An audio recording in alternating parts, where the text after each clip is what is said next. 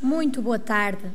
Em nome do Reitor da Universidade de Trás-os-Montes e Alto Douro, damos início à cerimónia de abertura do ano letivo 2017-2018.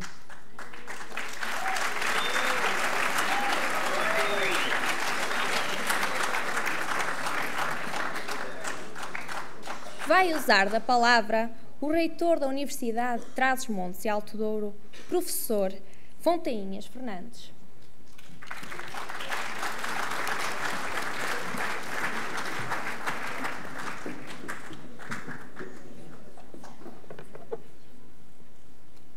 Muito boa tarde a todos e permitam-me que cumprimente em primeiro lugar a Sra. Secretária de Estado, estimada professora Fernando Rolo. Para nós é uma grande alegria e esta especial saudação dirigida a si tem a ver com o seguinte facto. É uma mulher de ciência, de conhecimento, da cultura.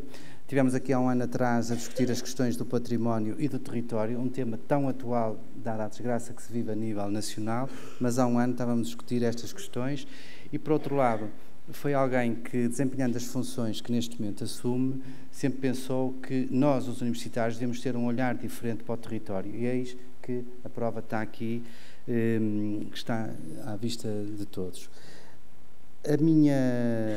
Queria sublinhar também aqui a presença do professor Alexandre Quintanilha, por várias razões. Em primeiro lugar, porque acho que é como é que está aqui, não só pelas funções que desempenha do ponto de vista político, alguém que estabelece as pontes entre o centro da política portuguesa, que é a Assembleia da República, e o Governo, mas essencialmente porque acho que é alguém que veste a camisola do objetivo da recepção dos novos estudantes, que é a vertente do conhecimento e da cultura.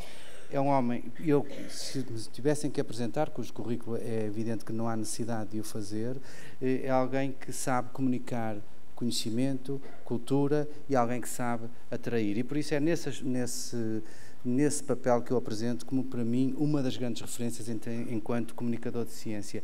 E gostaria também de dizer que é alguém que se bate por causas.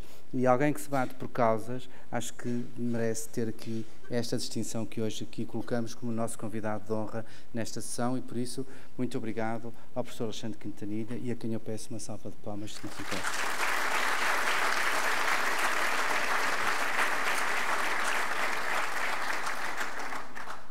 Eu gostaria na pessoa do Rui, que está aqui sentado connosco, da Associação Académica, o Presidente não pode estar porque está em representação dos estudantes portugueses numa convenção na Suíça, gostaria de, em nome dele, no nome do Rui, cumprimentar aqueles que estão aqui pela primeira vez, os novos estudantes da Universidade de Trás-os-Montes e Alto Douro. É por isso que nós estamos aqui, num primeiro momento, no Teatro Municipal de Vila Real.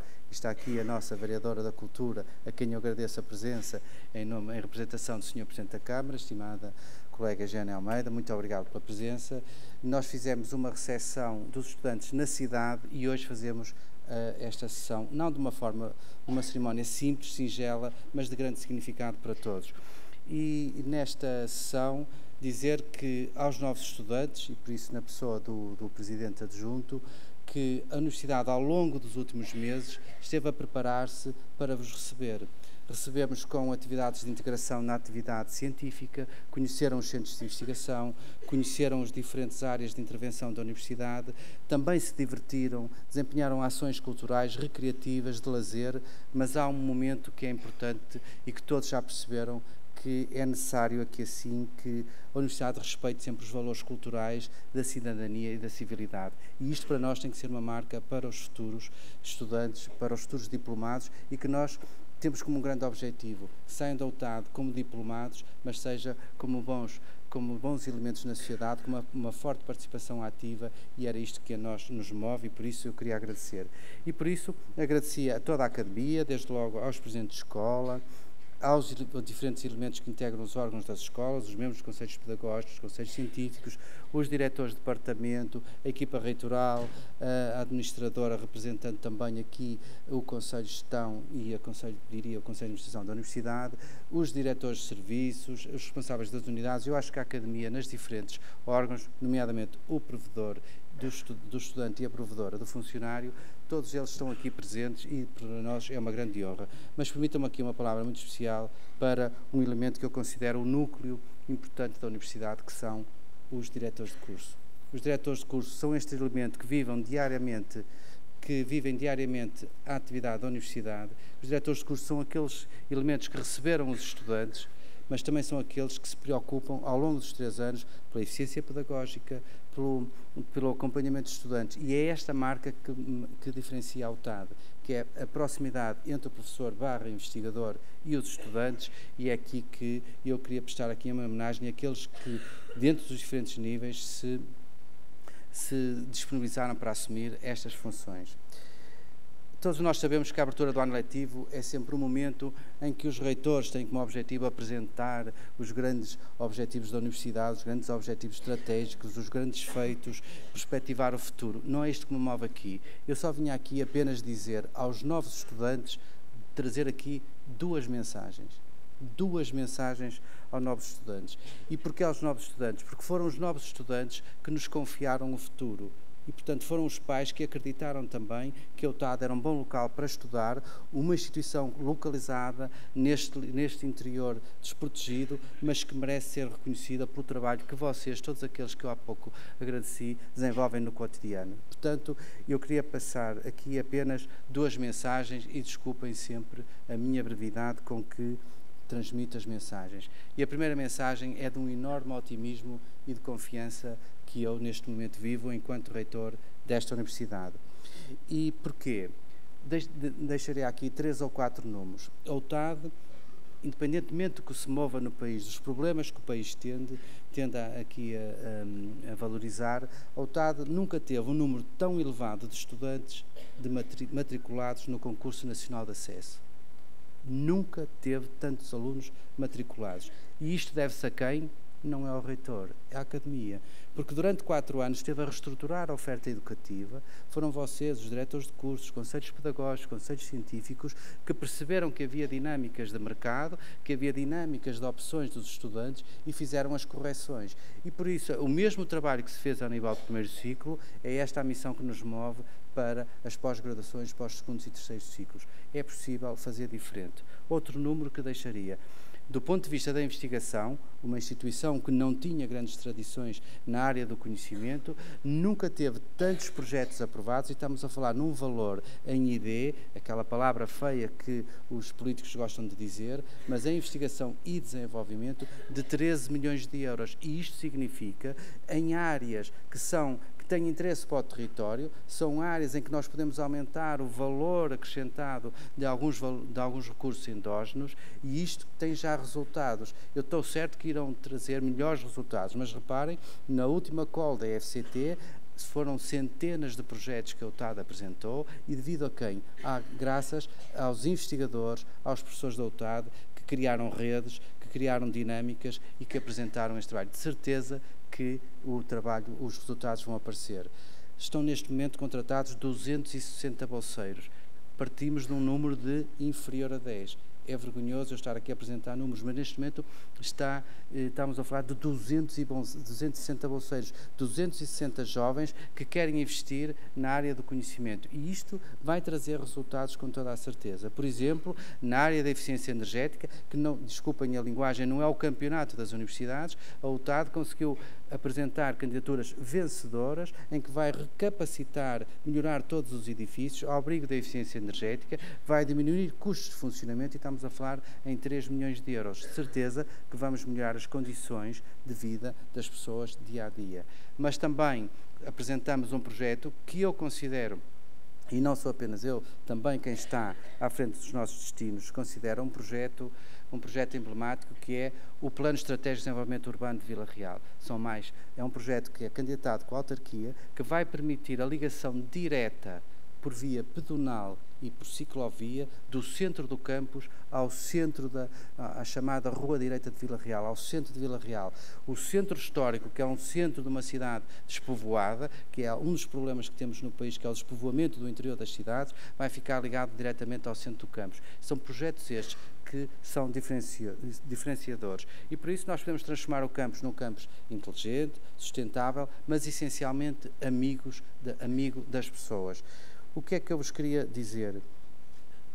O sinal de otimismo que eu apresento, eu considero que o acordo que as universidades portuguesas assinaram com o Governo no ano passado, se for cumprido como nós esperamos e como tem vindo a ser, vai trazer um futuro melhor para todos.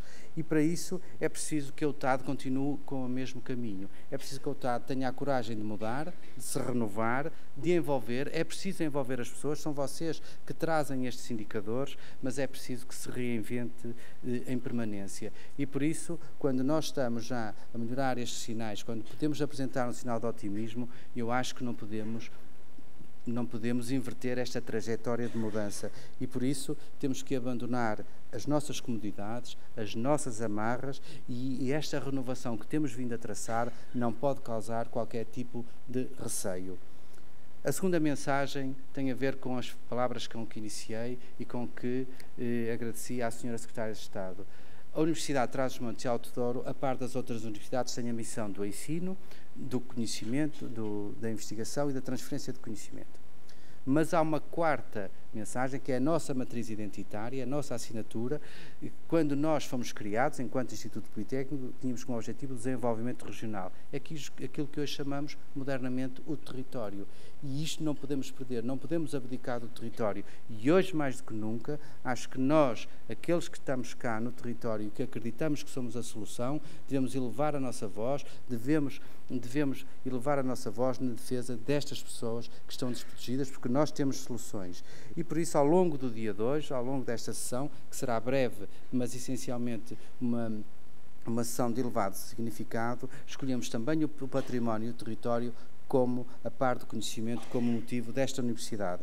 E por isso, em territórios de baixa densidade, do litoral, daquilo que queiram chamar, e que eu continuo a dizer, territórios desafiantes, temos locais de enorme grandeza paisagística, cultural, de grande diversidade. Não me refiro apenas ao label do Alto Douro Vinheteiro, Património Mundial, mas também os sítios pré-históricos da arte rupestre do Vale de Coa, esquecidos até há muito tempo, e que hoje as universidades, e o caso da UTAD com a Universidade de Minho, acharam que nós tínhamos que recuperar, e muita gente nesta sala nos vai ajudar nesse projeto. E com a chancela Unesco poderemos potenciar novas oportunidades para estas populações. Por isso, em momentos difíceis que este Portugal atravessa, principalmente este lado de cá do Portugal interior, eu julgo que a Universidade de Trás-os-Montes e Alto Douro deve elevar a sua voz na defesa de um país mais plural, mais coeso, mas mais solidário. E permitam-me repetir aqui umas palavras que enunciei no primeiro ano como reitor. Refugiei-me e inspirei-me nas palavras do nosso Nobel José Saramago. Ele dizia: somos a memória que temos e a responsabilidade que assumimos. Sem memória não existimos. Sem responsabilidade talvez não mereçamos existir. Esta é a nossa métrica. E, na verdade, nestes estranhos dias, duros e difíceis, acho que nós temos que dar resposta aos problemas e, por isso, também termino com a voz de um académico que não quero citar o nome porque ele é demasiadamente conhecido e que dizia e que disse nessa sessão em que me inspirei em Saramago, nesta aula magna: as palavras, infelizmente, não mudam a realidade, mas ajudam a tomar consciência, e essa sim, a consciência pode mudar a realidade. Este, Sr. Secretário de Estado, este é o nosso compromisso com o território e estamos disponíveis para dizer que é um país, que queremos fazer um país mais coeso, mais plural, mas essencialmente mais solidário. Àqueles que hoje chegaram à Universidade de Trás-os-Montes e Alto Douro, desejo as maiores felicidades e tenho aqui um corpo docente e de investigadores disponível, conjuntamente com todas as estruturas que fazem cotidianamente esta casa, para cumprir os vossos sonhos. Muito obrigado.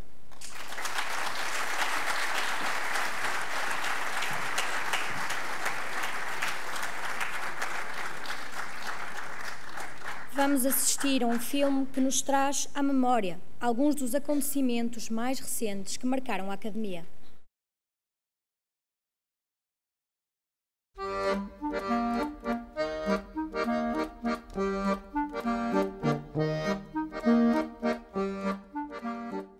Vamos falar-lhes de um jardim de oportunidades. O que é preciso para o ver é que os olhos não percam a virgindade original diante da realidade e o coração depois não hesite. O que pretendemos mostrar não só existe, como é um campus universitário mais belo de que possam imaginar. Aqui, o conhecimento, a ciência e a inovação convivem em harmonia com a natureza. Uma natureza que também é humana e distinguida a cada dia da universidade, onde os louvores e distinções permeiam o trabalho de todos e de cada um, e personalidades de renome partilham a sapiência numa oração. Um mundo de saberes aberto a todos, onde não é preciso bater à porta para entrar, porque este jardim de oportunidades revela toda a intimidade a quem o visita e que não se fecha em si próprio e sai para um parque que é régio e que é do Douro também, onde a ciência e a tecnologia se encontram e onde tudo parece impossível até ao momento em que acontece. Numa plataforma da vinha e do vinho, visitada por todos e que a todos faz sentirem-se em casa, numa casa de enólogos premiados, num brinde à região. Uma região de gente que quer, que pensa, que acredita, do futuro, de aposta nas gerações de ontem, de hoje e do amanhã, que vem de todo o lado, que percorre léguas e léguas de chão raivoso, contorcido, queimado por um sol de fogo ou por um frio de neve, serras sobrepostas a serras, montanhas paralelas a montanhas e, de quando em quando, oásis da inquietação que acalma quando acolhidos de braços abertos no seio de uma nova família. Uma família que sabe receber, que interage com os seus pares, que aprende, que ensina, que ouve, que fala, que respeita, que pedala para não perder o pelotão. E venham elas, as bicicletas, para este ecocampus que é também jardim botânico, o maior da Península Ibérica. Uma quinta que integra todos os dias da semana, com humor, com amizade, com respeito, com jogos, sem fronteiras como se espera de uma academia moderna.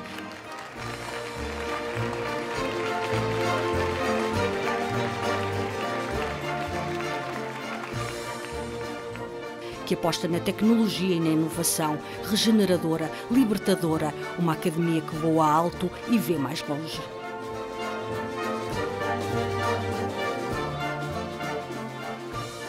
Que se solta a cada nota musical.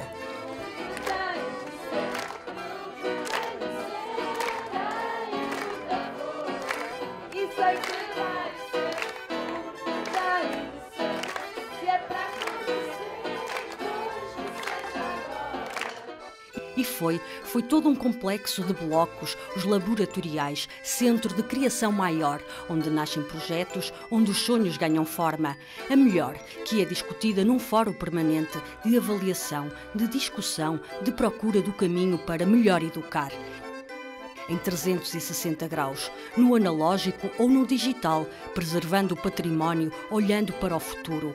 É um ciclo que se abre a cada ano que passa, nesta academia que não tem medo senão da pequenez.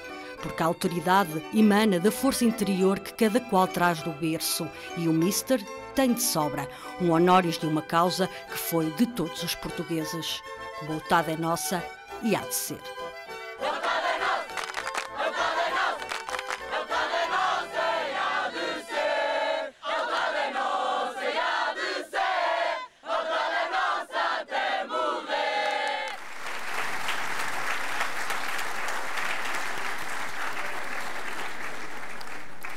Em representação do Presidente da Associação Académica da UTAD, vai intervir o Vice-Presidente Adjunto da Direção, Rui Monteiro.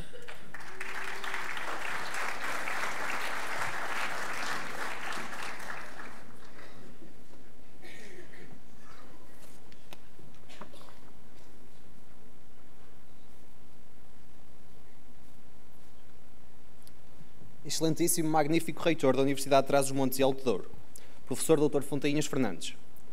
Parabenizo desde já a sua recente eleição a Presidente do Conselho de Reitores das Universidades Portuguesas, ao qual nos deixa a todos bastante honrados. De forma a não me alongar em demasia, neste dia orientado para os estudantes, permita-me replicar os seus cumprimentos.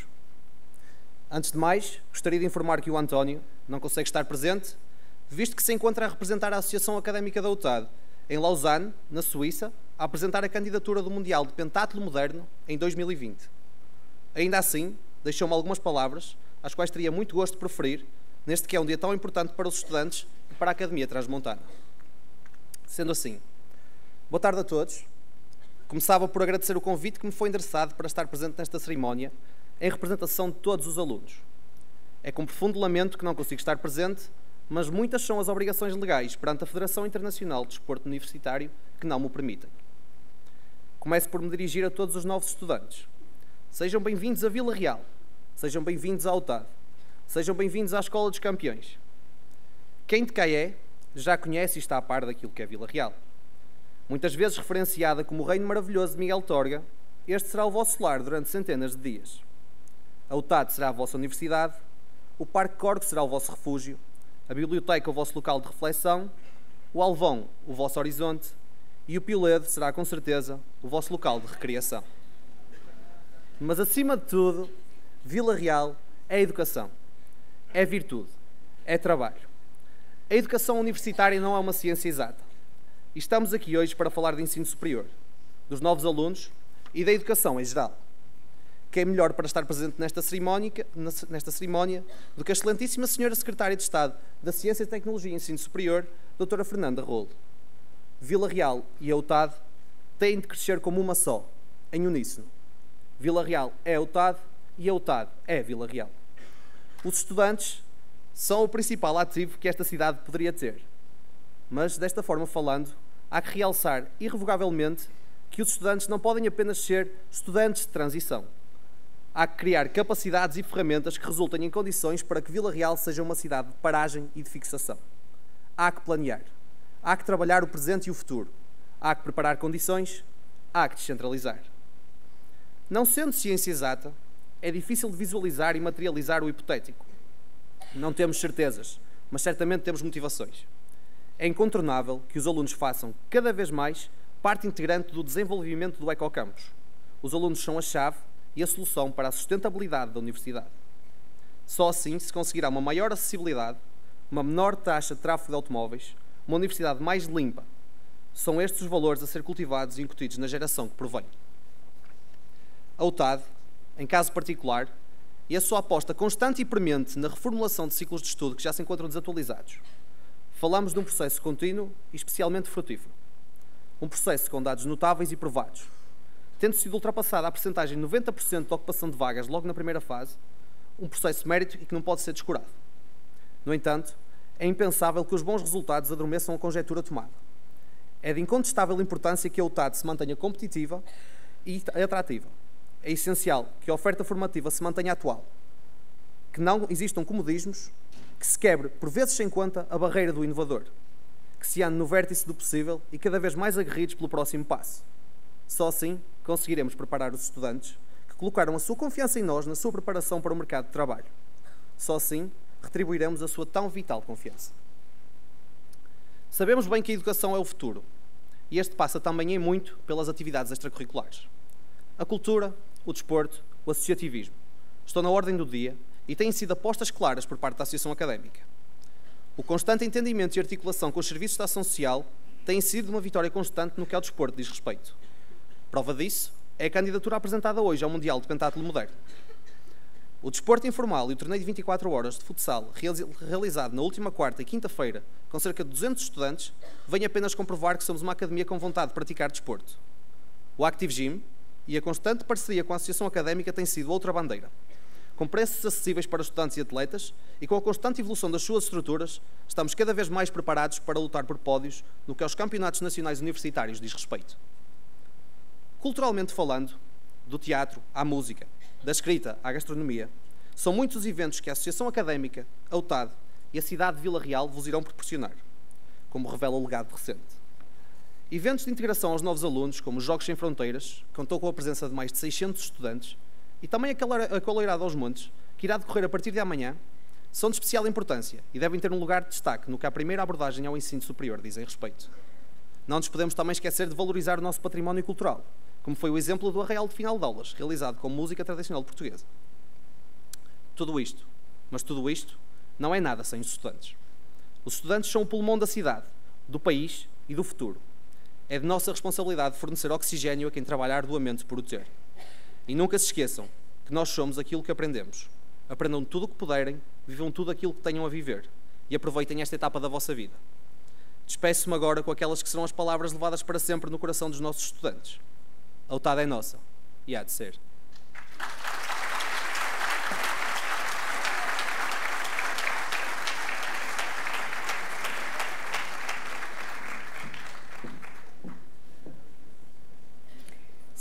trouxe a apresentação de uma região onde, milénios após milénios, as rochas de xisto que delimitam o leito do rio foram se convertendo em arte, com milhares de gravuras legadas pelo impulso criador dos nossos antepassados, o Vale do Coa.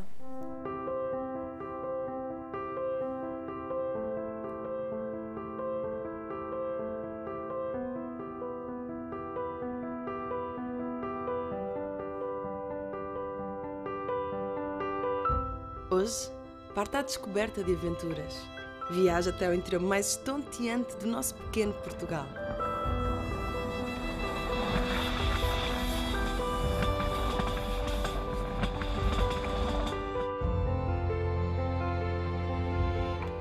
Antes de entrar na história, inspira esta natureza virgem.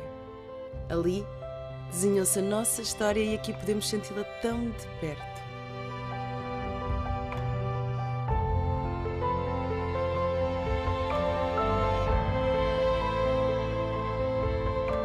São estas águas que nos transportam num caudal dourado até lugares encantados. Aqui podemos sonhar a vida, daqui alcançamos o mundo.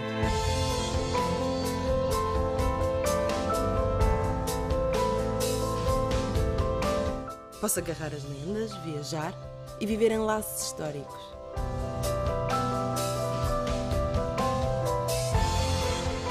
Apanho os sentidos no percurso do imenso Salomão e alegro-me perante o São Sebastião sorridente e orgulhoso cidadão que Saramago também visitou.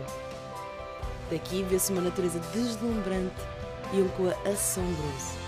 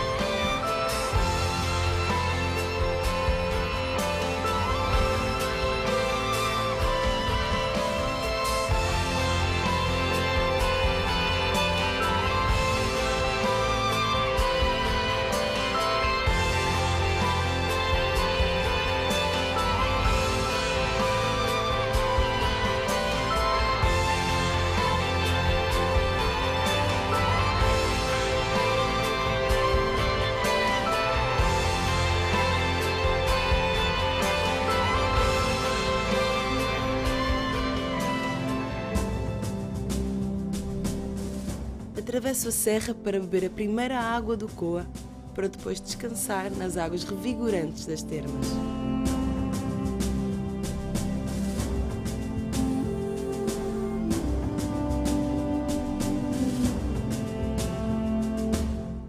Sigo o caminho por estradas estreitas, ladeadas de oliveiras com chão florido e amendoeiras de flor branca.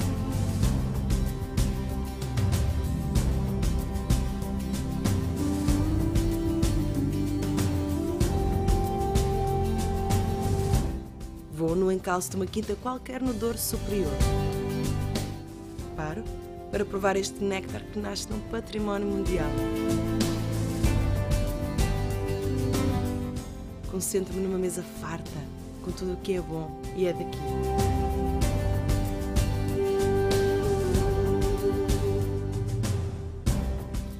Faço uma estrada com a alma ávida de saber. Reparo nesta igreja magnífica e nesta vasculho com o olhar o belo aqui exposto.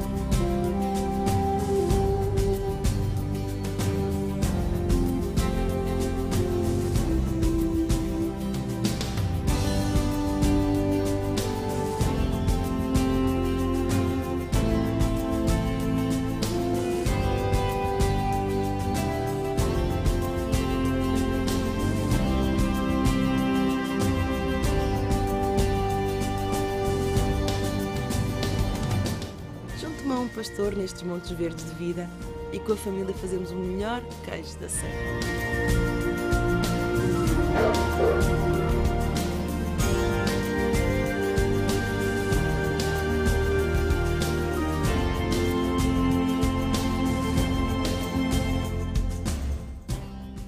A Aceite provar a iguaria com as compotas e doces num pedaço de pão caseiro.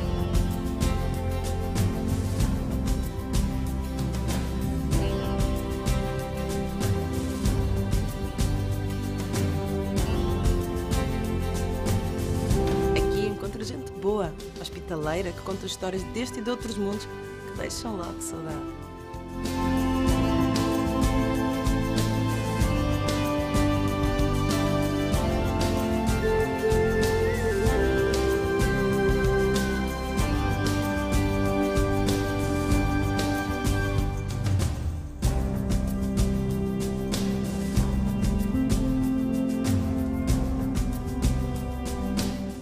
Vou com o espírito repleto de descobertas e de emoções novas.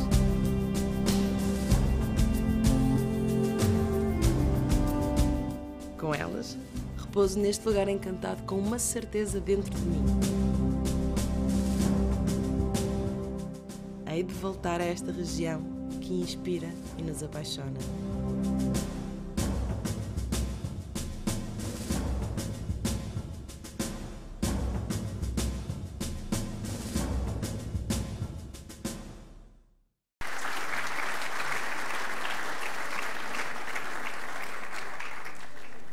Vai agora intervir o Presidente da Comissão Parlamentar de Educação e Ciência, o investigador, Professor Alexandre Quintanilha.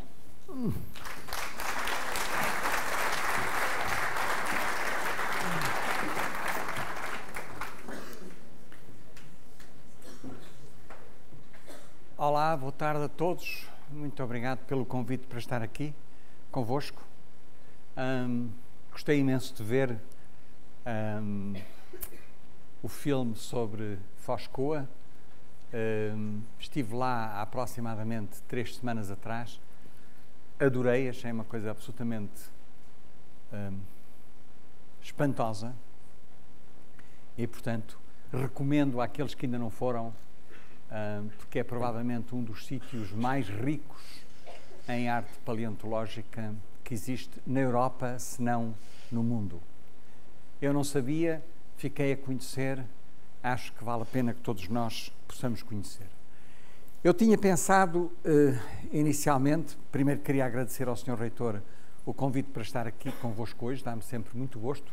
Não é a primeira vez que aqui estou, mas venho sempre com imenso gosto, imenso prazer. E tinha pensado fazer uma apresentação um bocadinho mais teórica e mudei de ideias há pouco, vocês viram-me a correr pelas escadas acima, porque eu achei que, se calhar, em vez de dar-vos uma apresentação muito teórica, falar de questões, falar de desafios, que são desafios atuais, que têm muito a ver com aquilo que o conhecimento permite hoje fazer e em relação ao qual nós temos em certos domínios, temos algum desconforto. E o que eu queria, o meu objetivo principal é transmitir a noção de que a palavra inovação, que está agora na moda, toda a gente fala de inovação, acha que a inovação vai salvar o mundo e os países e por aí fora. A inovação é qualquer coisa que acontece não só nas ciências naturais, nas ciências físicas, biológicas, mas acontece também nas ciências sociais e nas humanidades. E nós, em geral, não falamos tanto dessa palavra nesses domínios. E porque está aqui a Fernanda Rolo, que é historiadora, eu achei que isto era apropriado fazer esta ponte e tentar também dar-vos alguns exemplos de temas e de assuntos que necessitam de diálogo entre vários domínios do conhecimento. E eu gostava de começar com alguns exemplos atuais, exemplos um bocado perturbadores. Alguns de vocês provavelmente têm conhecimento destes exemplos que aqui estão. Por exemplo, o caso de um bebé que nasce depois da morte cerebral da mãe, depois da mãe ter morrido cerebralmente e, portanto, só o seu corpo é que está a funcionar, é mantido vivo vegetativamente para que a criança, o feto, não morra e possa nascer por como é que se chama? Cesariana, exatamente, que é um caso que foi discutido não há muitos meses atrás em Portugal, mas que na Hungria deu também para que essa mulher conseguisse dar 4 dos seus órgãos para salvar outras 4 pessoas. Esta ideia de manter o corpo de uma mulher que morreu, para todos os efeitos, cerebralmente, viva a funcionar para que a criança não morra, é um assunto fraturante e por razões óbvias.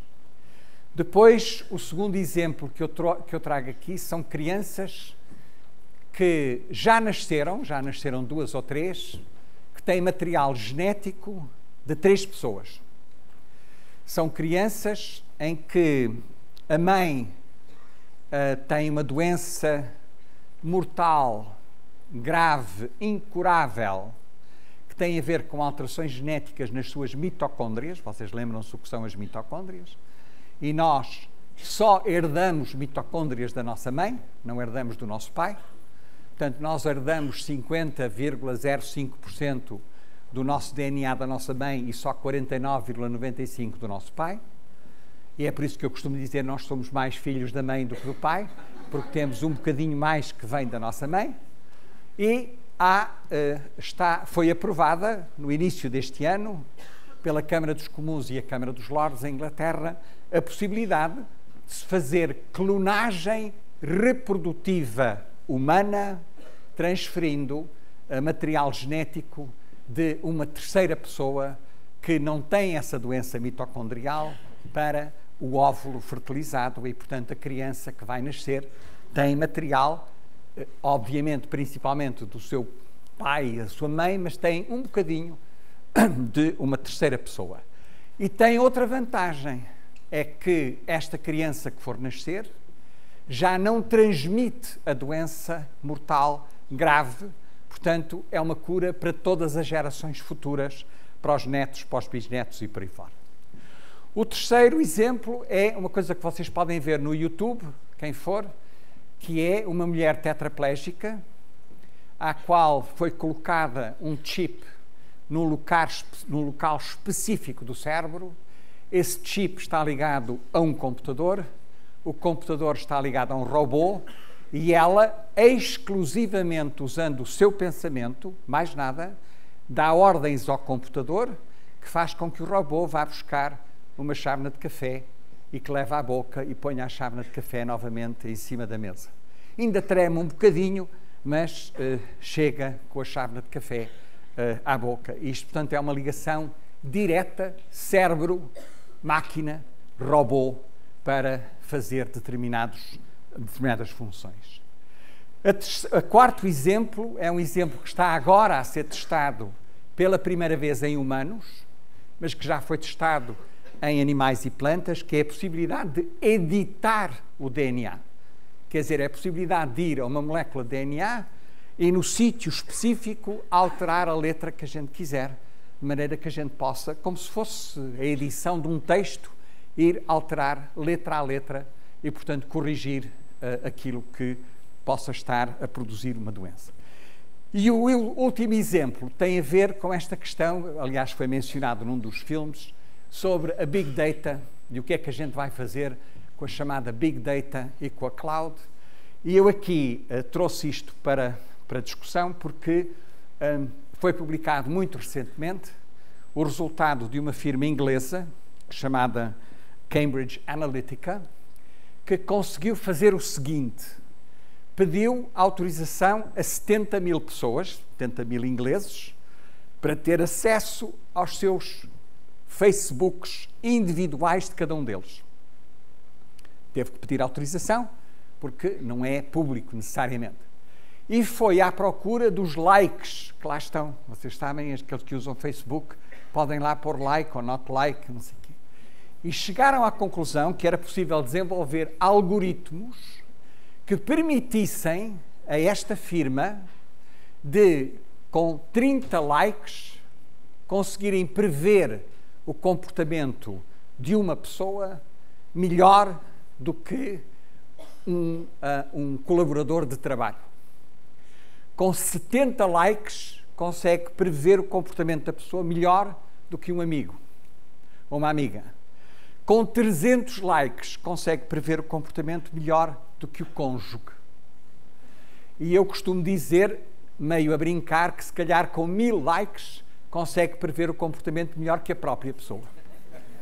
Porque tem informação suficiente para o fazer. Isto são, obviamente, isto é tudo real, é o que está a acontecer hoje em dia, e eu acho que isto são assuntos que estão na ordem do dia e vão se tornar cada vez mais na ordem do dia. E depois gostava também de vos apresentar algumas surpresas para alguns de vocês. A primeira é que 90% das células em cada um dos nossos corpos, 90% das células em cada um dos nossos corpos não são humanas. 90% são de bactérias e fungos. E, portanto, nós somos uns ecossistemas maravilhosos, cheios de bolor e de outras coisas, que andam para aí a passear, em que 90% das células não são humanas. Mais interessante ainda é que 99% de todo o material genético que a gente transporta também não é humano. 80% é de vírus, 14 ou 15% são das tais bactérias e fungos, 4% ninguém sabe o que é e só 1% é que é humano. E, finalmente, este número, que já é conhecido há muito tempo, estes são números mais recentes, mas este que é conhecido há muito tempo, é que 99,9% de todas as espécies que já apareceram à superfície da Terra já desapareceram, já foram eliminadas. E, portanto, para aqueles que não acreditam no Darwin, e ainda há certos sítios no mundo em que a teoria da evolução não é ensinada, na terra do Trump, para esses que não acreditam no Darwin, isto é problemático. Porque se estas espécies foram todas criadas individualmente, a pessoa ou aquilo que andou a criar estas espécies ou era incompetente, porque andou a criar 99,9% para depois as destruir, ou muito pior que incompetente, era sádico. Andou a produzir espécies para as eliminar. Nenhuma destas é muito consolador como mensagem sobre aquilo que tem feito o nosso planeta. Eu gostava agora de passar um bocadinho de tempo a falar sobre a forma como nós, os seres humanos, nos últimos milénios, isto é uma história longa, temos andado a promover ou a capacitar o nosso bem-estar, o bem-estar humano. Eu não vou falar destas, são 4 domínios diferentes. O ambiente natural é óbvio, não é? Nós inventámos a agricultura, nós alterámos os ecossistemas de uma forma dramática através da agricultura. Nós estamos hoje a comer espécies vegetais que não têm nada a ver com a Europa, que vieram das Américas, que vieram da Índia, por aí fora. A alteração dos ecossistemas na Europa e em todo o mundo são devastadoras, não é? Muito antes de haver aqueles problemas que temos atualmente. Portanto, isto já foi feito. Aprendemos a construir casas, a construir barragens, a construir redes de transporte, redes de comunicação. Isto foi uma forma de alterar o nosso ambiente natural. A gente hoje não morre de frio no inverno, protege-se, não morre de calor no verão, também se protege, tem água em casa, tem saneamento, coisas muito simples que a gente assume como garantidas. Depois eu queria falar sobre aquilo que eu chamo a tal inovação social, que é as alterações no nosso ambiente social, depois as alterações no nosso estado cerebral, como é que nós fazemos isso, e depois alterações na biologia, e gostava de sublinhar que tudo isto é através de conhecimento e das suas aplicações em todos os domínios do conhecimento, desde as ciências naturais às ciências sociais e humanas. Estou-me a repetir, mas é de propósito. Vejamos como é que a gente inovou o ambiente social. O que é que nós, como sociedades ocidentais, fizemos para que a nossa sociedade fosse mais justa, mais boa para nós vivermos. E começa há 700 anos, quando começam a desaparecer as monarquias absolutas, através de um documento importantíssimo chamado a Magna Carta, que esteve em exibição em Lisboa, na Torre do Tombo, há um ano atrás, e que fez com que a pouco e pouco as monarquias absolutas têm vindo a desaparecer. Não há o poder absoluto dos reis nem das rainhas hoje em dia. Depois a liberdade religiosa passou a ser respeitada desde o tempo do Lutero, no século XVI. Aliás, o Lutero não era uma pessoa muito simpática, ele não gostava do Papa, mas ele propriamente também não era assim uma prenda, e portanto, mas esta liberdade religiosa que nós temos hoje, de podermos escolher a religião que quisermos, de casarmos com quem a gente queira casar em termos de outras religiões, ou de não termos religião nenhuma, isto é um ganho que tem 400 anos, não tem mais do que isso. A questão da abolição da escravatura, que em Portugal começa com o Marquês de Pombal, mas reparem numa coisa, em 1962, foi o ano em que eu acabei o liceu, portanto é há muito pouco tempo, eu sei que não sou jovem, mas comparado com 600 anos, sou jovem, e portanto há muito pouco tempo, as Nações Unidas, só 40 países das Nações Unidas é que tinham assinado um documento para acabar com a escravatura, e só 4 parlamentos no mundo é que tinham subscrito e ratificado essa ideia de acabar com a escravatura. Isto é ontem. Okay? O direito de voto das mulheres, o primeiro país que deu direito de voto às mulheres foi a Nova Zelândia, em relação à qual vocês sabem muito pouco. Sabem que tem bons jogadores de rugby, que fazem assim uns barulhos estranhos antes de começar a jogar. Sabem que tem uns bichos chamados kiwis e uns frutos também kiwis que se comem, a gente não sabe quase mais nada. E a Nova Zelândia foi o primeiro país que deu direito de voto às mulheres. A França, o país da liberté, égalité e fraternité, só deu direito de voto às mulheres depois de eu nascer. Não teve nada a ver comigo, obviamente, mas foi só depois de eu nascer, em 1945. E em Portugal, o total direito de voto para todas as mulheres só aconteceu depois de 1974. E reparem na Declaração Universal dos Direitos Humanos, é de 48, os princípios da bioética médica, um documento fundamental para não se andarem a fazer experiências em humanos, como se faziam nos Estados Unidos, na Alemanha e em muitos outros sítios, sem qualquer controlo. É um documento que aparece em 79, portanto é ontem. A questão da alteração do conceito de família em construção, tudo isto é inovação social. E nada disto está garantido, porque há muitos sítios no mundo em que há um retrocesso em relação a algumas destes conceitos que aqui estão. E eu acho que isto é importante que a gente tenha em consideração, porque não devemos assumir que está tudo garantido em relação aos ganhos que tivemos. Tudo isto foi uma luta permanente pela liberdade, pela autonomia e responsabilidade, e centenas de milhões de pessoas morreram a lutar por isto. As guerras religiosas na Europa mataram 100 milhões de pessoas. As guerras do século XX, que não se chamam religiosas, mas eram ideológicas, mataram outros 100 milhões de pessoas no processo durante a Primeira e a Segunda Guerra Mundial. E, portanto, isto não foram coisas fáceis da gente conseguir. Em relação à alteração do estado cerebral, eu diria que é provavelmente aquilo que é mais antigo, não é? Chama-se educação.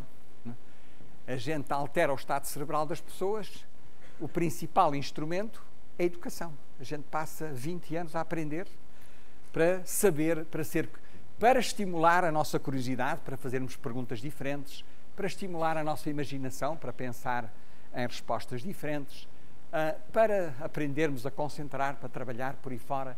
Isto é antiquíssimo, felizmente, que acontece. A estimulação cultural. Não há ninguém nesta sala que não tenha um livro, ou dois, ou um filme, ou dois, ou uma obra de arte que tenham visto e que tenham mudado a forma de nós olharmos para nós próprios e olharmos para o mundo à nossa volta. Eu lembro-me que tinha 16 anos quando entrei num grande museu, um museu demasiadamente grande, que se chama o Louvre, em Paris, e na entrada estava uma estátua de uma mulher, uma estátua em pedra, que se chama a Vitória de Samotrácia, em que está uma mulher em pedra, sem cabeça e com asas, e eu fiquei 1h30 a tentar perceber como é que era possível dar na pedra a noção de vento e a noção de transparência daquilo que são as vestes dela, para perceber o corpo que estava por trás das vestes dela. É uma estátua absolutamente espantosa que eu recomendo altamente e nunca mais me esqueci. E os livros, a mesma coisa, as viagens, o Facebook, por aí fora. Os estados emocionais é outra forma da gente alterar o nosso estado cerebral. E se calhar a mais potente é apaixonar-nos. A gente, quando se apaixona, fica pateta. A gente, quando se apaixona, faz tudo o que o outro quer, ou a outra quer. Ficamos... E somos uns palhaços, não é? Quando estamos apaixonados. Depois, quando deixamos de estar, deixamos de ser palhaços e somos muito violentos, como até já aconteceu agora no Porto, há pouco tempo, como vocês devem ter visto nas notícias. Bem, portanto, apaixonar é uma das formas mais poderosas da gente alterar o nosso estado cerebral, assim como experiências que a gente tem, algumas religiosas, outras místicas, o álcool, o café, os cogumelos mágicos, que nos anos 60, hoje já não se fala tanto, mas eu quando cheguei aos Estados Unidos, eu vinha da África, eu cresci nos anos 60 e não havia ninguém à minha volta que não tivesse fumado uma coisinha. E eu nunca fiz, não tenho orgulho nenhum disso, mas também não tenho vergonha, não tinha interesse. E os meus alunos de doutoramento achavam que era insuportável ter um orientador que nunca tinha experimentado qualquer coisa. E, portanto, andaram durante anos a ver se me levavam às montanhas da Califórnia para eu comer cogumelos mágicos. E eu disse-lhes, e continuo a dizer, não tenho grande interesse, quando chegar aos 90 e o meu cérebro estiver frito, eu experimento os cogumelos mágicos todos, não há problema nenhum, porque não vai fazer grande diferença no processo. E depois as smart drugs e os mood controllers. Eu hoje em dia vou estar com amigos meus em qualquer sítio, em Paris, em Berlim, em Nova Iorque, e todos eles têm uma caixinha com pílulas de várias cores para não se enganarem. Umas é para dormir, outras é para acordar, outras é para estar bem disposto, outras para ter bom sexo, outras... É tudo. E com cores diferentes e formas diferentes, que é para não se enganar. É uma chatice, não é? Bem, querem fazer uma coisa e acabam a fazer outra. É uma chatice. Bem, e, portanto, isto hoje em dia é aquilo que é normal. Não é? A gente em Portugal usa o cafezinho. Toda a gente vai tomar um cafezinho para... Como é que a gente tem alterado a biologia nos últimos 100 anos? E eu tenho aqui alguns exemplos de grandes avanços na ciência, e é na ciência de todas as áreas. Isto tem a ver com química, tem a ver com física, tem a ver com sociologia, tem a ver com as humanidades. Há aqui desenvolvimentos que continuam a ser altamente controversos, por isso há muita resistência das autoridades. Vocês sabem muitíssimo bem que hoje em dia ainda há muita gente que acha que a contracepção não deve ser permitida. No mundo, aliás, há muitos sítios em que ela não é permitida. Há muitos sítios em que acham que a reprodução medicamente assistida não devia ser permitida. O casal não consegue ter filhos. I'm sorry, too bad. Arranjem outro homem, arranjem outra mulher. Adotem. Porque é que fazemos bebés em tubos de ensaio? Até havia a ideia de que as crianças eram feitas em tubos de ensaio.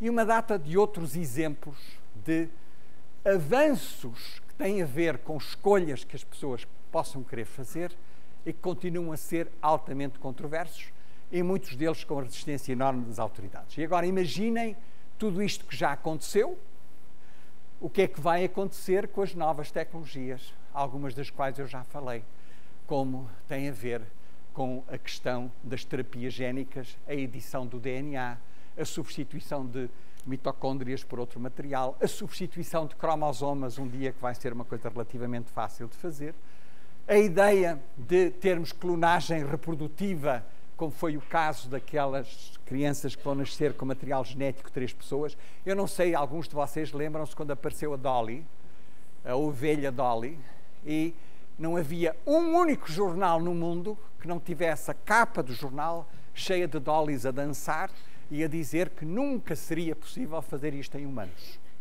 Isto foi há 15 anos, 12 anos atrás, hoje em dia, a clonagem reprodutiva está a ser testada e já estão 2 crianças que nasceram por clonagem reprodutiva que evitaram certas doenças. A questão da biónica, a vida sintética, isto são tudo questões, obviamente, que vão levantar muitos outros problemas no futuro.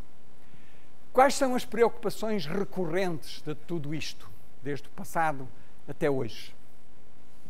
São alguns temas daquilo que preocupa as pessoas.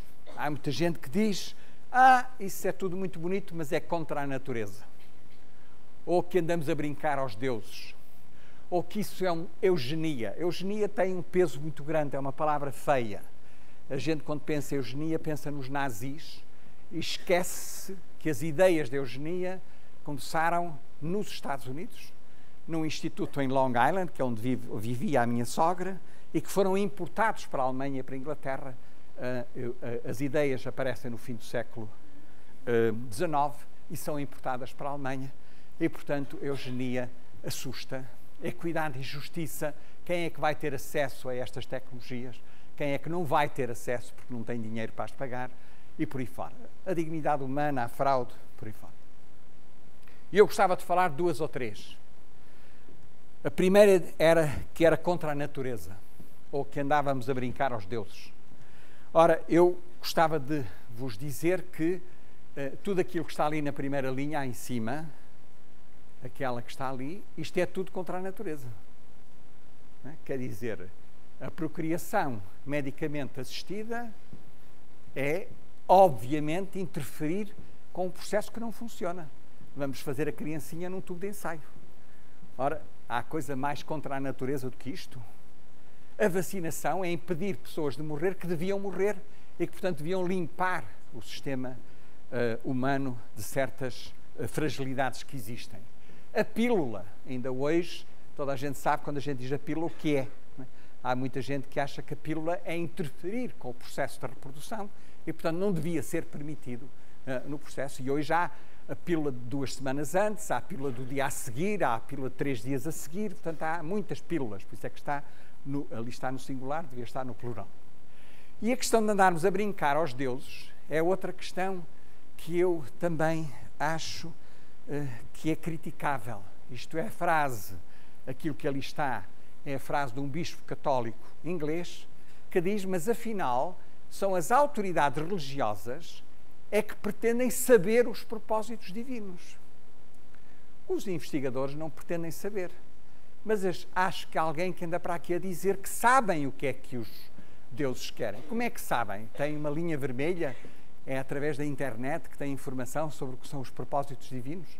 Eu fico com imensa inveja de saber que alguém tem contacto direto com os propósitos divinos.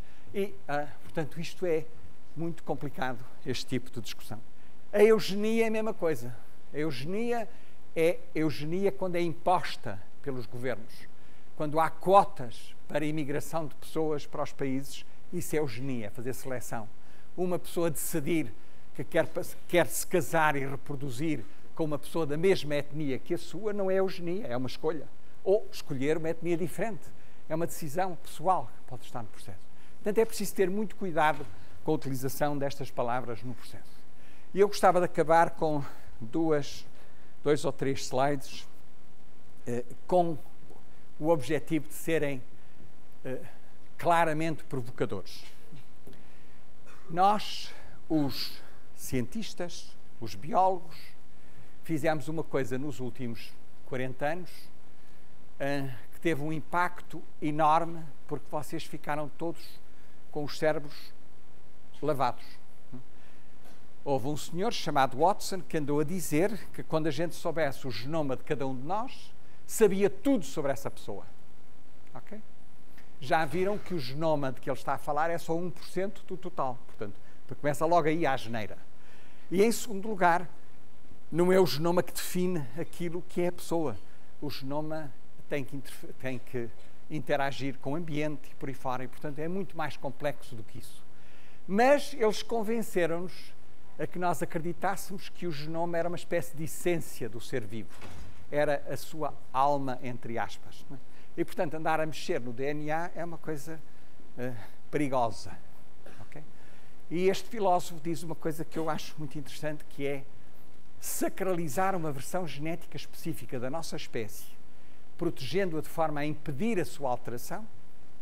Esta ideia de que a gente não pode mexer, aquela história de ir buscar mitocôndrias a outro sítio e introduzir, não devia ser permitido, poderá não ser muito diferente das tentativas eugénicas de santificar e promover um ideal genético específico para a nossa espécie, que foi exatamente o que os movimentos eugénicos fizeram na Alemanha e em muitos outros sítios, que quiseram fazer a purificação daquilo que eram os genomas aceites naquelas sociedades.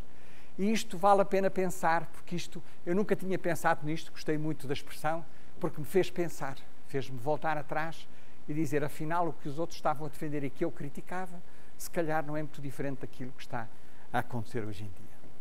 E outra que tem a ver com um grande economista, filósofo, John Rawls, que tem a ver com a chamada justiça distributiva.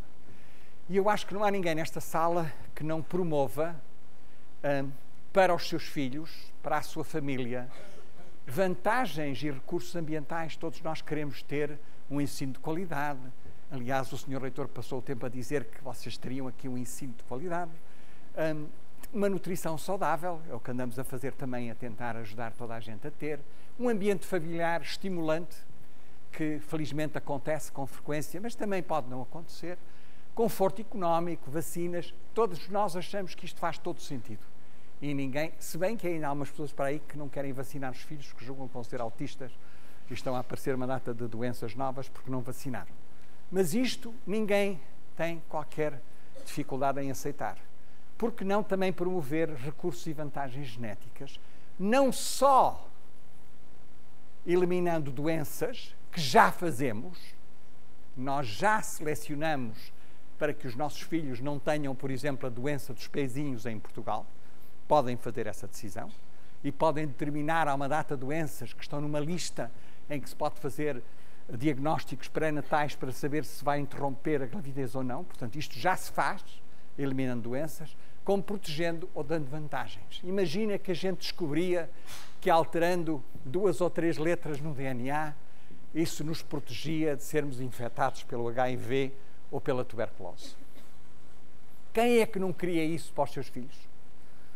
Quem é que não queria essa? É uma espécie de vacina, mas uma vacina genética e não uma vacina de outro tipo que existe.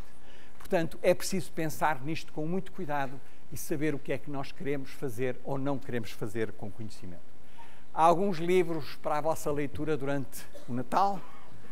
Qualquer deles é muito estimulante.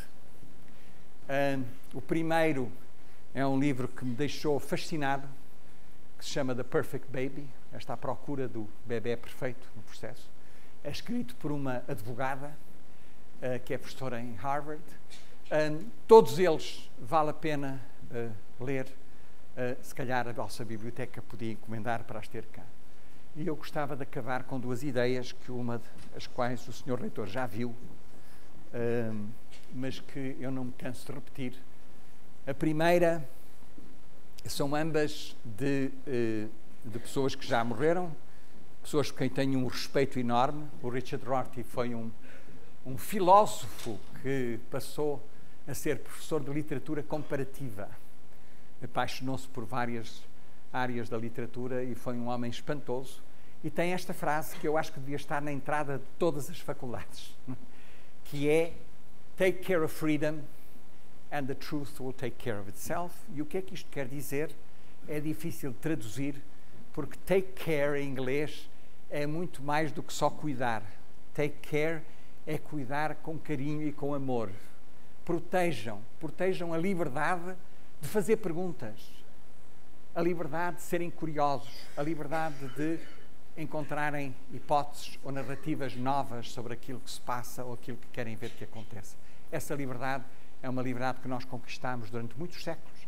É fundamental, e é fundamental que a gente proteja isso nos ambientes académicos, onde é o sítio onde essa liberdade de pensar em respostas diferentes, de pensar em perguntas novas, de pensar em interfaces entre diferentes áreas, é fundamental.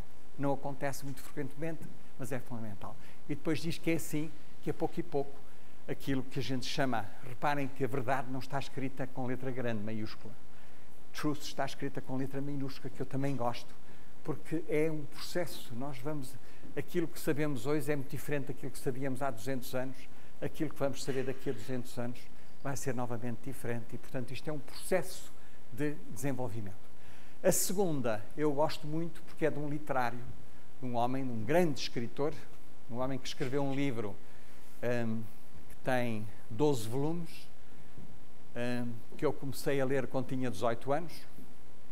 O primeiro volume é uma chatice total, é a história de um senhor Swan e de uma senhora chamada Odette que nunca mais vão para a cama, e a gente só dá vontade de pegar um par de paus e despachem-se, que já estamos fartos de ouvir essa história. O resto do livro é um espanto, eu não queria acabar. Portanto, eu levei 2 anos a ler porque eu não queria acabar o livro, e o último volume não consegui e li numa noite. E, portanto, é um livro que eu recomendo. Esta frase não vem desse livro, mas é uma frase que eu acho muito bonita. A viagem da descoberta não tem necessariamente a ver ou necessariamente que encontrar novas paisagens, mas olhar e observar com olhos diferentes. Isto é muito bom, isto é particularmente bom para os casais. Os que já foram casados, os que já se divorciaram, os namorados, as namoradas. Isto é uma recomendação muito educativa, mas não é só para os casais. E, portanto, é com estas 2 mensagens que eu vos deixo, e muito obrigado pelo convite para estar aqui.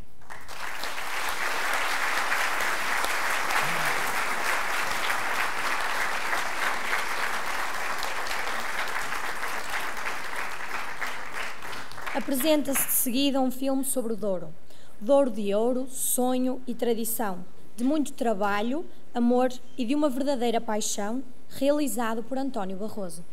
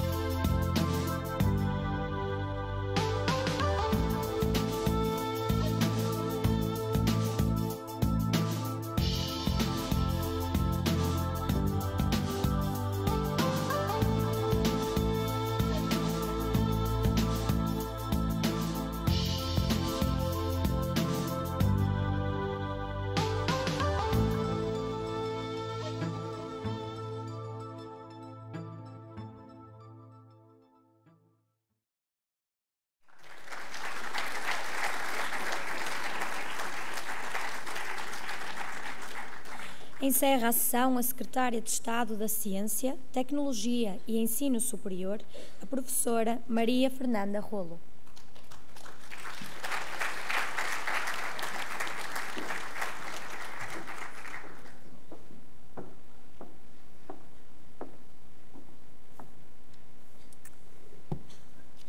Muito boa tarde a todos. Uma palavra de cumprimento ao Sr. Reitor. É sempre muito bom poder contar consigo, com a sua colaboração e agora mais esta entrega que é presidir ao CRUP. Eu penso que ficamos todos muito orgulhosos e sobretudo por ver uma pessoa com estas características e com este sentido de serviço público, de generosidade,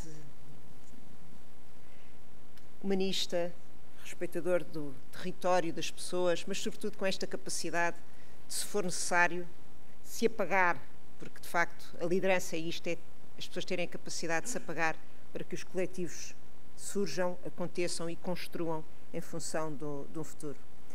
Cumprimentar naturalmente os estudantes e todos os presentes, académicos, colegas, amigos, pessoas que trabalham e que constroem esta UTAD. E uma palavra, naturalmente, ao Rui Monteiro, representante dos estudantes. E, evidentemente, Sr. Presidente da Comissão de Ciência, querido amigo Alexandre, vocês têm a noção, penso eu, talvez não todos, de que esta intervenção há uns anos atrás não era possível nas nossas instituições de ensino superior. Eu vejo algumas cabeças mais maduras a fazer assim com a cabeça. Eu sou historiadora, nós temos aqui muitos alinhamentos, porque de facto chegamos por caminhos diferentes a propósitos comuns. E sou colega, professora, enfim, andamos há muitos anos a dar aulas e eu acho que eu não tenho nada esta preocupação com as gerações que passam, que ficam, acho que somos todos, enfim, em construção e vamos todos evoluindo, mas há uma coisa que como historiadora eu vou sempre procurando que os meus alunos tenham consciência, é da enorme, gigante mudança que o nosso país teve nos últimos 40 anos e que acontece em tudo, mas há uma coisa em que ela acontece mesmo de uma forma brutal e que não pode ser esquecida, que tem que ser sempre evocada. Aquilo que vocês ouviram hoje, garanto-vos que era impossível ouvir há uns anos atrás. Nem o Alexandre Quintanilha estava cá, nem as instituições de ensino superior o permitiam, nem as pessoas o consentiam, e esse direito nós não vamos perder, mas atenção, não o demos por adquirido, porque não é, e esta é uma conquista permanente, e por isso, obrigada Alexandre, porque é muito importante, mesmo muito importante termos isto em consideração. Bom, também não era possível, porque de facto o nosso contexto de conhecimento, de ciência era outro, os preconceitos que tínhamos relativamente à evolução e ao conhecimento da ciência às vezes também se impunham, não era só o nosso país, era também esta questão cultural das ideias do mundo que estava em grande mudança e é muito bom nós observarmos isto neste espaço e de facto o professor Alexandre Quintanilha começou por falar nesta questão da inovação, também há a história da inovação e há uma coisa que também percebemos aqui, é que a inovação, e numa leitura um bocadinho schumpeteriana, de facto, tem muito a ver com esta capacidade de tensão, enfim, de feição criadora, em que, no fundo, forças mais conservadoras e forças mais modernizantes podem provocá-la, mas a inovação não é uma coisa que se compre, não é?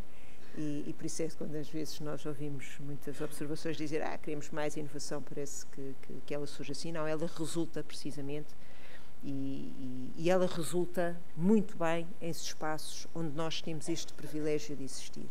E por isso nós vivemos na academia, vivemos num espaço onde normalmente esta tensão acontece da forma mais bela, mais interessante, onde a criatividade, a liberdade, o conhecimento se cruzam e podem criar coisas boas.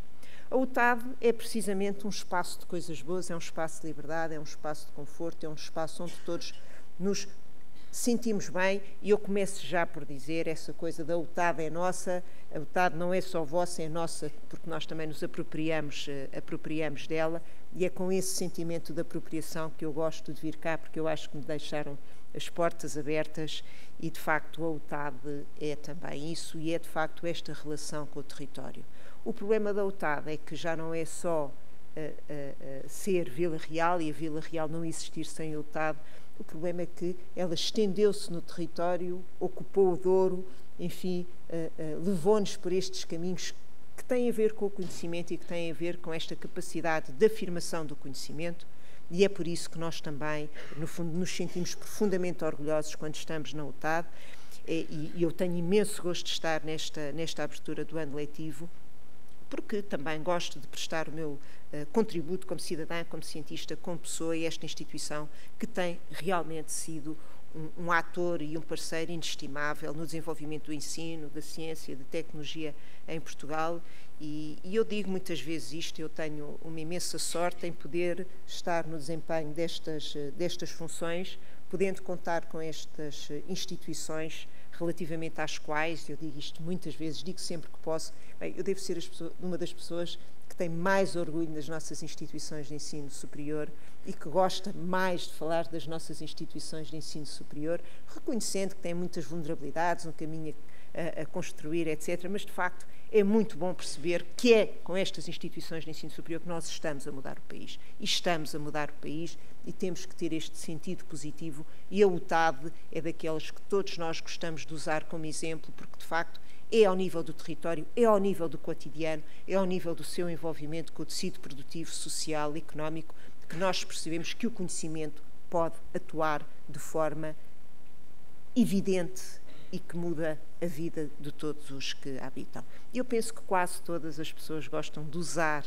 também a UTAD como exemplo, percebendo que ela realmente criou aqui contextos de coesão social, territorial e que ajudou a construir esta noção de identidade. E sim, tem uma marca própria, tem uma identidade própria e ela contribui para todos nós e, portanto, penso que devemos saudar esta instituição, agradecer a todos o que têm ativado diariamente e que naturalmente a têm ajudado a afirmar-se no plano nacional e internacional. Eu penso que a abertura do ano letivo, eu não vos vou amassar muito, é também uma ótima oportunidade para nós também sermos críticos e devemos refletir, afinal de contas, que instituições de ensino superior queremos ter, para onde é que queremos ir, que universidade é que queremos ter e sendo capazes e criativos também de nos criticarmos, olhando para dentro, mas de termos sempre também os olhares postos com ambição no futuro e perceber para onde queremos ir. Eu acho que a história da UTAD tem, enfim, criado estes caminhos com muita consistência, mas é importante revisitarmos para que estas ideias, para que é que serve a universidade, para onde é que ela pode crescer. Eu não tenho dúvidas que nós tenderemos cada vez mais a evoluir para uma universidade de tipo cívico, ou pelo menos uma universidade com uma crescente aproximação da sociedade, e criar um contexto para que esta universidade se deixe também cada vez mais apropriar pela própria sociedade e viver a sociedade. Não tenha mais pequena dúvida que este é um dos contextos mais desafiantes, é conseguirmos, uma vez mais, não só acompanhar, mas como académicos, como cientistas, como espaços de formação, de ser capazes de antecipar com criatividade o mundo que aí vem. E não esqueçamos que temos esta obrigação e esta responsabilidade, sem qualquer espécie de sobranceria, estes espaços de conhecimento, de produção de conhecimento, de criatividade, com pessoas jovens, com pessoas mais velhas, têm uma obrigação, têm uma responsabilidade perante o país, no sentido de antecipar, pensar, contribuir e, no fundo, é o conhecimento que nos pode também ajudar a perspectivar esse futuro e, no fundo, a desenhar cenários e a criar oportunidades. E, portanto, essa é sempre a nossa responsabilidade. A nossa atividade científica, em estreita colaboração com a atividade formativa, tem também que ter a capacidade de o transmitir aos nossos jovens. E devemos fazê-lo com orgulho, com esta noção clara de que as nossas instituições de ensino superior são hoje, em qualquer parte do mundo, mas em Portugal são-no muito visivelmente, sobretudo se tivermos em consideração o nosso passado histórico, onde, de facto, uma pequeníssima percentagem de pessoas tinha acesso à universidade e com os constrangimentos que há pouco estavam implícitos naquilo que eu disse relativamente ao Alexandre Quintanilha, num país como o nosso, onde, apesar da sua extensão territorial não ser assim tão grande, temos assimetrias tão fortes e percebemos que as nossas instituições de ensino superior são realmente, hoje, contextos de transformação, de modernidade e de mudança. E são, seguramente, aqueles onde a criatividade, onde a mudança, onde esta tensão modernizante, conducente à inovação, efetivamente pode acontecer de forma mais evidente. Agora precisamos de universidades com esta dimensão cívica, humanista, culturalmente fortes e sustentáveis, responsáveis, cumprindo a sua missão perante a sociedade, de forma cada vez mais atenta, crítica e persistente. Eu penso que esta dimensão da responsabilidade social, acompanhando preocupações também de responsabilidade cultural, quer no plano interno, quer no plano externo, são absolutamente determinantes na definição do tipo de universidade que queremos ser e, sobretudo, tendo a capacidade de nos projetar até para além do nosso próprio território em agendas maiores, como nós, de resto, e já lá vou, vemos hoje inscrito no plano estratégico da UTAD. Claro que estas universidades têm que estar em constante mudança e esse será seguramente outro dos desafios que reitores, instituições responsáveis hoje têm pela frente e que os estudantes têm que ajudar e empurrar e pressionar para que esta tensão inovadora continue. Os modelos de aprendizagem, de ensino, estão a mudar e podem construir também aqui um contexto não só mais criativo, mas também mais gratificante e mais contribuinte, digamos assim, para todos nós. É uma das grandes interrogações que os reitores e todos nós temos hoje, é a noção de que os espaços de formação, mesmo na sua textura física, na sua arquitetura, na sua relação com a sociedade, estão a mudar, felizmente derrubando os muros físicos, culturais, morais, etc., mas, sobretudo, percebendo que já não podemos aprender, conhecer, estudar apenas de uma forma como acontecia no passado, mas as próprias salas de aula estão em grande mudança e os esquemas pedagógicos de aprendizagem estão também a mudar muitíssimo. Como vamos ser no futuro? Não sei, eu acho que nos tendemos a aproximar-nos cada vez mais de um contexto até bastante clássico de ágora e de uma certa flexibilidade na relação de uns com os outros, na partilha de um conhecimento que é seguramente um conhecimento cada vez mais global, mais pleno, mas que envolve cada vez mais responsabilidade e corresponsabilização entre todos os seus atores. Agora, seguramente temos este plano interno das instituições, a sua relação com a sociedade e a sua capacidade de criar agendas científicas que projetem o conhecimento na sua dimensão universal, para além do país e a partir do país, a partir do nosso território e da nossa identidade, mas nesse cruzamento que é o conhecimento universal, contribuindo para agendas maiores, contribuindo para um mundo melhor, contribuindo, como está inscrito neste momento no plano estratégico da UTAD, para a Agenda 2030, para um mundo com maior sustentabilidade. E os acontecimentos recentes, de facto, mostram-nos cada vez mais a nossa crescente contribuição ou o apelo à contribuição do conhecimento também nesse domínio. E, portanto, vamos pensar nisto também como problemáticas de investigação, como comunidade científica, como comunidade académica, em estreitíssima relação com os estudantes. Não podemos fazê-lo hoje de maneira diferente, mas também com as pessoas que trabalham nestas instituições, no sentido de sermos capazes de dar resposta aos grandes desafios da humanidade, da Agenda 2030, dos desafios da sustentabilidade. E temos que o fazer de forma cada vez mais aberta, enfim, cumprindo os pressupostos e os princípios de uma agenda de ciência aberta, de partilha do conhecimento e de cumplicidade com a sociedade. Eu penso que esse, não tenho dúvidas, que será com certeza um dos caminhos. A UTAD tem aqui uma responsabilidade enorme e eu acho que todos temos que estar atentos a isto. Tem sido das principais instituições que, mesmo no nosso país, tem sido mais veementemente chamada para colaborar e ajudar a construir, e tem-no feito voluntariamente para vencer estas vicissitudes e estes contextos de grande diversidade que temos vivido nos últimos tempos. E a UTAD tem uma característica, vocês vão ter um problema, porque se quiserem acompanhar o vosso reitor, não é fácil, porque sempre que o país o chama, sempre que alguma coisa é necessária, eu ao António Fontainhas só ouço uma resposta que é, com certeza, se é preciso, contem connosco e contem com a UTAD. E, portanto, eu penso que é sempre no plural que o faz, é sabendo que tem este encosto e este conforto de ter uma comunidade académica igualmente disponível, igualmente responsável e com esta enorme cumplicidade. Agora, os desafios são grandes.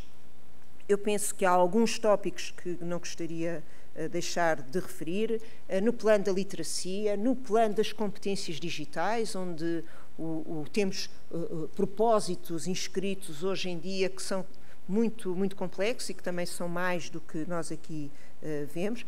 Há um grande desafio para toda a nossa comunidade, que no fundo pode ser sintetizada naquilo que podemos referir como competências transversais e que é muito importante para os estudantes e na forma como nós o podemos equacionar. Enfim, algumas coisas aqui foram ditas nesse domínio, mas realmente já não são só os estudantes que têm que se esforçar pela sua capacidade de aprendizagem no plano científico, mas têm que o fazer de uma forma mais ampla e nós temos a obrigação de os acompanhar e de criar esses contextos. No plano das competências culturais, no plano de outro tipo de competências sociais, na sua relação com a sociedade, e creiam que todos os indicadores que nós temos, toda a relação, mesmo se quisermos caminhar para uma reflexão no plano da empregabilidade, são cada vez mais exigentes a esse nível. Nós temos que encontrar formas de dar resposta a este desafio enorme que é uma formação mais ampla, inscrevendo precisamente competências de outra natureza. Claro que temos que o fazer com um sentido também de preocupações noutros planos. A questão da atividade física, e eu vejo a UTAD a caminhar no projeto e-bike, mas temos que fazê-lo com a capacidade de o medir, de perceber o seu impacto real. A questão da atividade física e a questão da vida saudável são hoje uma preocupação transversal e que tem muito a ver com esta geração. Nós sabemos que os níveis de atividade física estão hoje a comprometer também o bem-estar da nossa sociedade e, portanto, aqui também temos que trabalhar, tal como temos que trabalhar, uma vez mais, nas competências culturais. Na relação com o território, há pouco o Alexandre Quintanilha falava da sua visita a Foscoa, o Sr. Reitor evocou Foscoa. Eu gostava de dizer-vos que Foscoa conta hoje, de facto, com a contribuição da UTAD e da UMinho de uma forma absolutamente determinante. E não foi difícil convencer a anterior gestão do Parque de Foscoa de que as universidades seriam hoje os parceiros vitais para a renovação de tudo o que tem a ver com Foscoa. E, de facto, a UTAD é também isto, é uma intervenção persistente na gestão de um território e não só no seu desenho e na sua interpretação. Por fim, claro que temos ainda que procurar não esquecer que estamos sempre a falar de pessoas. E de vez em quando nós andamos nestas coisas, nós estamos sempre a falar de pessoas. E o que nós queremos é formar pessoas para que tenham melhores vidas, para que possam contribuir melhor para a sociedade, sem nunca esquecer que o nosso propósito é esse. E, portanto, é legítimo que se inscrevam aqui também agendas de felicidade, agendas de bem-estar de todos os que convivem neste campus, que ainda por cima é um ecocampus, e isso é também inspirador e é também exemplar no contexto do nosso ensino superior. O movimento associativo estudantil é hoje um parceiro inestimável e por isso queria cumprimentar de novo o nosso dirigente associativo e todos os estudantes que estão aqui. Os caloiros vão ter que também vestir essas camisolas e contribuir para este contexto solidário e trabalhar para que esta instituição seja cada vez melhor. Mas atenção, não podem fazê-lo só dentro de muros, têm que o fazer com a noção de serviço à sociedade e também de responsabilidade social. E têm que o fazer e têm que ajudar a instituição e têm que ajudar o país num contexto que é particularmente decisivo. A nossa maior riqueza são realmente os nossos recursos humanos, são as nossas pessoas. É por aí que nós também nos podemos diferenciar com ética, com valores, com princípios, mas, sobretudo, procurando ampliar este benefício da forma mais ampla ao resto da sociedade. Este contexto que nós vivemos, este espaço em que estamos, é ainda, infelizmente, um espaço de privilégio se olharmos para a sociedade no seu todo e mesmo para esta geração, enfim, dos mais jovens, e hoje é para vós que tudo isto se destina mais. representam apenas 1/3 do resto da sociedade. Este trabalho, este esforço de alargar a base social de apoio, contaminar o resto da sociedade, ajudar a que todos termos a assunção clara e a consciência plena de que o conhecimento, esta possibilidade que aqui fruímos hoje, tem que ser partilhada por mais pessoas, é uma responsabilidade que não fica, seguramente, apenas na esfera da ciência e da tecnologia e do ensino superior ou das instituições, mas que tem que ser passada para o resto da sociedade. Cumprimento a senhora vereadora. As autarquias são parceiros inestimáveis, mas é a sociedade como um todo que nós, hoje em dia, precisamos de sensibilizar. E, por isso, termino com um pequeno filme, hoje é só filmes, termino com um pequeno filme, mas que eu creio que é suficiente para chamar a vossa atenção e, sobretudo, para termos a noção de que, quando aqui estamos de facto num espaço privilegiado, que precisa de lutar e que tem pela frente muitos desafios, e um deles será, seguramente, contaminar o resto da sociedade para que todos em conjunto assumamos que o conhecimento é, com certeza, um dos nossos bens mais inestimáveis, é um bem comum e é a ferramenta mais preciosa, não só para o nosso bem-estar, mas para a mobilidade e para a sociedade como um todo. E pedia só, então, o favor de passar o filme.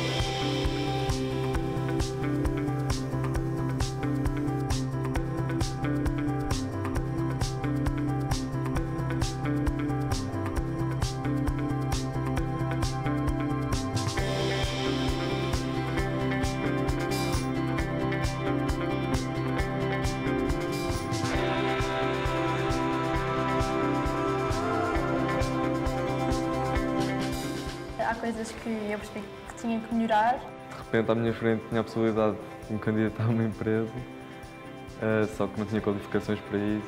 Não podia entrar. Ter um currículo em branco não é mesmo não ter nada, é mesmo ser ir para a pilha dos vermelhos e ponto final.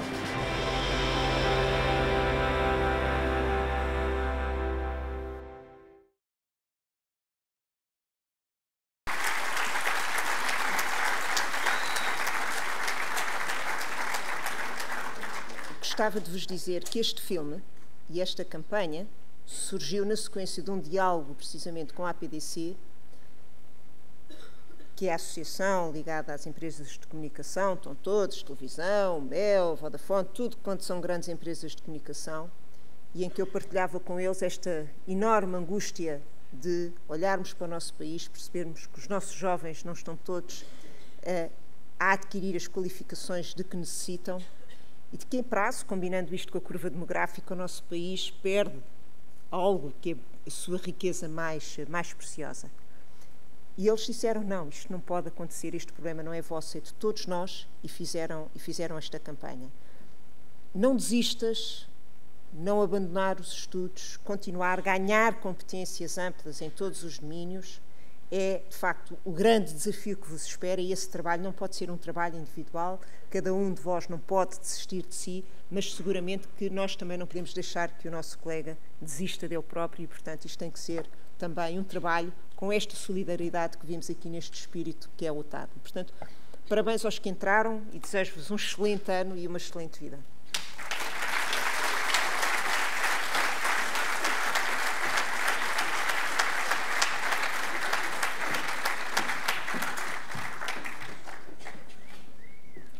Exibimos ainda um vídeo promocional do Jornal da Associação Académica.